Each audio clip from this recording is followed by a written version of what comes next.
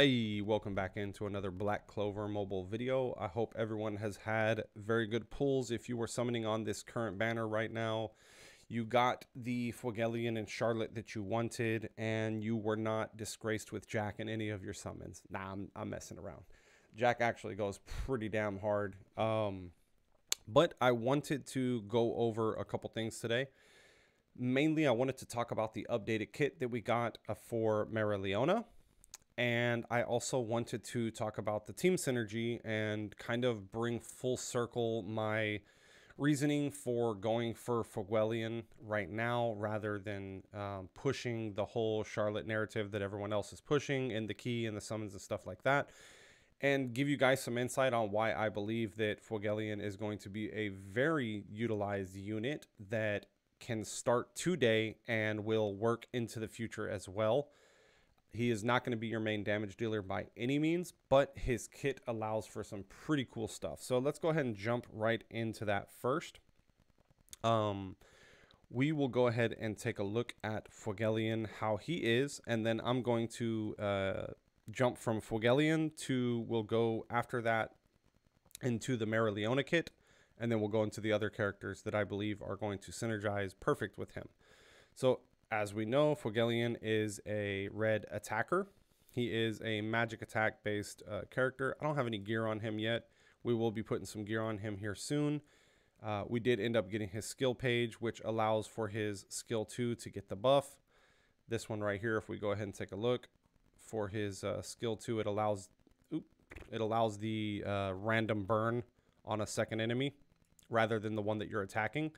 And then his passive is for each instance of continuous burn damage on an enemy, there's a 10% chance to grant a 5% increased damage buff. So if you have all 5 buffed up on this or tiered up, it will give you a bonus of 25% damage.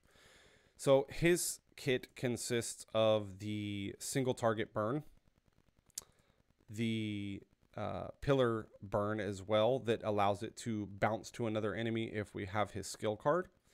This also removes the barrier. So you have a barrier removal here, a burn here, and then his ultimate is the increased damage taken to the enemies and also a barrier removal as well. So with the meta and everything bouncing around a lot of barriers, let's go ahead and remove my face. The kit for Mereoleona is, we got revealed that she is a green defender. So she is going to be a green defender for the burn team. She has the first skill is Kalido Strike, throws a flaming punch at an enemy, dealing damage, inflicts burn on an enemy. And then this one is if the enemy suffers continuous damage, apply taunt. So a question here, I'm wondering if she just taunts off of every burn. That's a question I have. If she's taunting off every burn, then that's pretty freaking crazy because we're basing a team around her that allows everyone to be putting the burn. Does that just make her taunt proc? Or is it just off of her skill 1 if the skill 1 gives a burn? So that's the question in hand here, because that would make a big difference. That would make the burn team pretty unbeatable if she has the right amount of defense and everything, which we'll go later on in the kit. Right now, we're going to find out she's pretty freaking cracked. Skill 2 is the Kalidos Barakium Barrage. Leaps into the air and throws a barrage of punches downward, dealing damage to all enemies. So a mass attack or AoE attack. This one removes barrier and also inflicts burn. Again, is this inflicting burn going to set off the taunt for her, or is that only on skill 1? She also applies Mana Skin to all allies. So a skill 2 that applies Mana Skin. Now, what is Mana Skin? Mana Skin blocks all status alignment and reduces damage received by X%. The numbers have not been released yet, but does not matter. Already insane. So her ultimate, her special attack, is grants an extra turn when killing an enemy. So we are looking at a tank that is going to second as a damage dealer, and not just any damage dealer. She is going to be on par with the kit of Julius whenever it comes to eliminating an enemy and getting an extra turn, which is huge because she's doing a mass attack for this. This is powerful strikes too. Oh, this is for one enemy. So she's doing a mass damage to a single target and grants an extra turn when killing the enemy. For every instance of continuous burn an enemy is taking, attacks after granting X amount of %. So she's getting a damage buff for the already dots that will be put on these dudes' head. So it's just free damage she's getting because your entire team is going to be doing burn damage once we get into the team setup. And this is just going to allow for a huge bonus of damage along with whatever her grimoire and everything is later on. So we don't know the skill on it, but we know the passive right now is if you have mana scan effect, attack with a percentage chance to apply increased damage. So she's just getting increased damage all over the board. She's getting a taunt, which forces people to attack her, and she's also burning on every single one of her attacks, except for her ultimate, which is just basically utilizing all the burns on that dude's head. After attacking, also remove barrier. So attack after removing the barrier. So the barrier is removed before attack, so all damage is just straight up solid damage to the HP. So that's already huge in itself. The Awakening passive is just basically at the start of the wave, apply taunt to an enemy with the highest all attack for 1 turn. Huge. That means the damage dealer is going to be attacking her first, which will allow your supports, healers, and or other damage dealers on the team to survive at least 1 turn while she's tanking the biggest hit. And then partner skill inflicts burn on an enemy. So just burn all across the board. Now, let's see. What is the team setup going to be? Obviously, we have first we have Fwagelion that is out right now. This is why I was saying in the future when he's already a meta. He's a meta adjuster, I would say. He doesn't just straight up destroy the meta, but he is adjusting the meta because he is a barrier remover. We also have another character that was also announced or leaked or kind of hinted at that is coming soon, and that is going to be Black Asta. So we also know he is a defender that is coming out where he excels with Witch Queen as his like main kind of best excelling for him.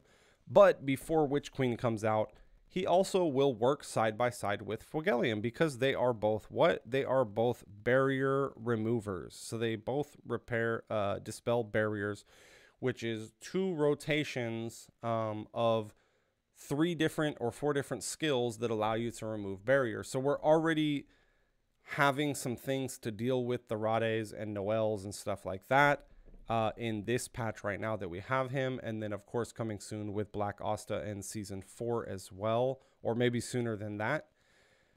So he is utilized. If you already have Sally, if you already have Gauche, if you already have the original Charlotte, then if you've already chose the key and you're past this point already and you're not really caring about it, this was kind of the reasoning I wanted to bring to light. Maybe I waited a little bit too long on this, but this is the reasoning I wanted to bring to light, is that the value of Fwagelion for a free-to-play, if you're spending money, then of course you probably have every character. This is not information for you. Maybe you're learning something, what I'm explaining right now. If so, great. I'm so happy about that. But for free-to-play players where you're still asking which character you should go for or if you should summon and stuff like that, I don't think you're going to go wrong with picking up at least 1 or 2, like 1 copy of Fwagelion.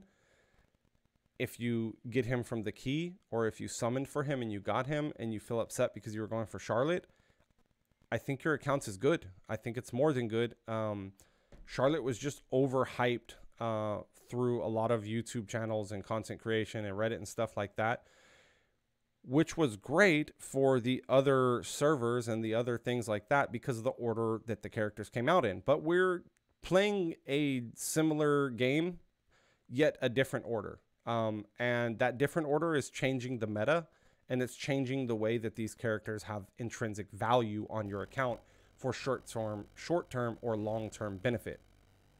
So Black Asta is going to work well with Fwagelion. He's not going to be the best in the slot for him, but he'll work well with him in the time being until other people come out. Now, the main people that we're going to be looking forward to complete this burn team is going to be the Halloween Charmy, or Costume Charmy, whatever they're going to call it on global. She also gives burn. Right here, she does the pumpkin pie effect. Halloween Firecrackers, which is the pumpkin pie effect, deals continuous burn to all enemies for 2 turns.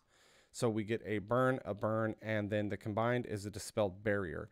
So this burn team is like remotely just straight up countering 100% the current meta and kind of the next little meta that's coming into it as well. So we're getting a lot of utility that just allows for this team to shine. And of course, the older teams and everything are still going to do great.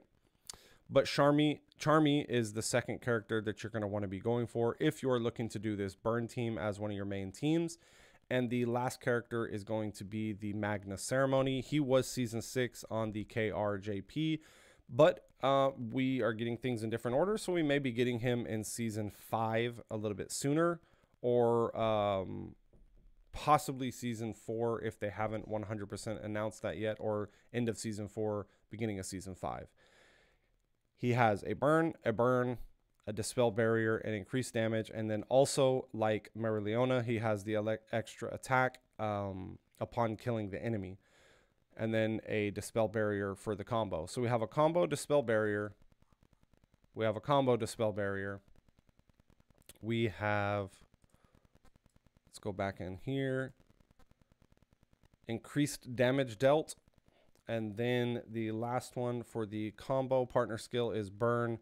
So we get 2 dispel barriers, 1 burn, and 1 increased attack if you're running this 4-man team.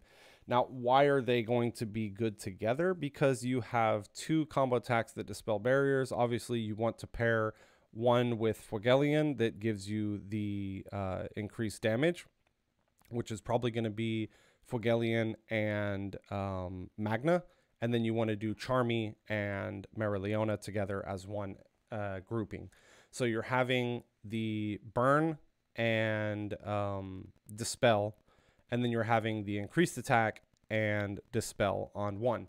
That would be your rotation, and you should be able to just do flat damage the entire time you're playing against any PvP team, because you're always having a skill up that allows you to dispel barriers. So this video, I just wanted to go across that, explain the ins and outs of Mereoleona's fully released kit, or up to date until she's actually released. If anything changes, we will go ahead and make a final update video for that. And then, of course, if there is any changes when she comes to global, which I doubt it, I haven't seen that in any of the characters where they've been drastically changed from KRJP to global. So it looks like we should be carrying along with the same kit. The last thing that we're just missing is the skill upgrade, which skill it's going to tie into for her kit, for her grimoire. So anyways, guys, thank y'all so much for watching. Please hit that subscribe button. Let's keep this conversation going in the comments. If you guys have any questions, concerns, or anything that you would like to share with me in feedback about the way that I create my videos or present them, I love to hear this, because I like to grow and learn how to make these better or more informative, shorter, longer, however you guys like it. Anyways, guys, thank y'all so much for watching, and I'll catch y'all on the next video.